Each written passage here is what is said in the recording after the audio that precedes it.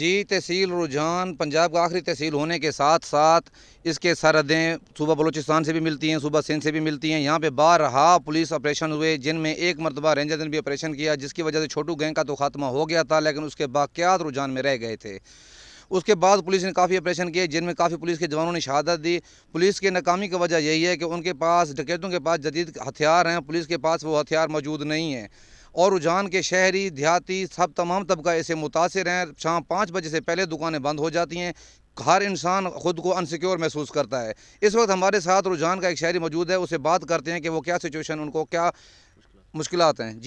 جی ایسا ہے کہ جب سے یہ نوگو ایریا شروع ہوا ہے، چھوٹو گینگ کا آپریشن ہوا تھا، اس کے بعد جو ہے نا کچھ عرصہ تو امن آیا، لیکن پھر وہی حال شروع ہو گیا۔ اب تو ایک گینگ نہیں ہے، کئی گینگ بن گئے ہیں، جس میں شہری حلقے کے لوگ بھی شامل ہیں اور دیہات کے لوگ بھی شامل ہیں، اور وہی کچے والے بھی شامل ہیں۔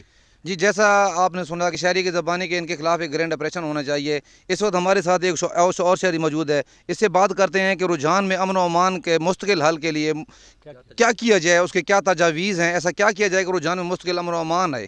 جی رینجر کی چوکیاں بنا دیں، اگر مستقل حل چاہتے ہیں تو رینجر کی جو یہاں پر چوکیاں تعینات کر دی جائیں تو یہاں پر بالکل امن ہو سکتا ہے، اور اس جو کافی عرصے سے جو وہ بال جان بنے ہوئے ہیں، اس سے بھی جان چھوڑ سکتے ہیں۔ جی جیسے شہریوں کو کہنا تھا اس کچے کے معاملات پہ، رجحان کے امن و امان کے معاملات پہ رجحان کے مقامی نمائندے ریاض مزاری نے اسمبلی میں بارہا تقریر کی کہ رجحان کو امن، تو رجحان کچھ نہیں چاہتا۔ رجحان کا پبلک نہ کسی کوئی مہنگائی کا تعلق ہے ان کا، نہ کسی جاب مانگتے ہیں۔ رجحان کے لوگ جتنے بھی ہیں یہاں کے شہری، وہ صرف امن چاہتے ہیں۔ ہمیں سمجھ نہیں آ رہا، مقامی لوگوں کا کہنا ہے کہ ایسا کیا گدڑ سنگھی ان کے پاس ہے جو امن قائم نہیں، اس کا پولیس بھی آیا وہ بھی ناکام ہو کے چلا گیا، اور کوئی ادارہ ان کے خلاف آپریشن کرنے کے لیے تیار نہیں۔ جی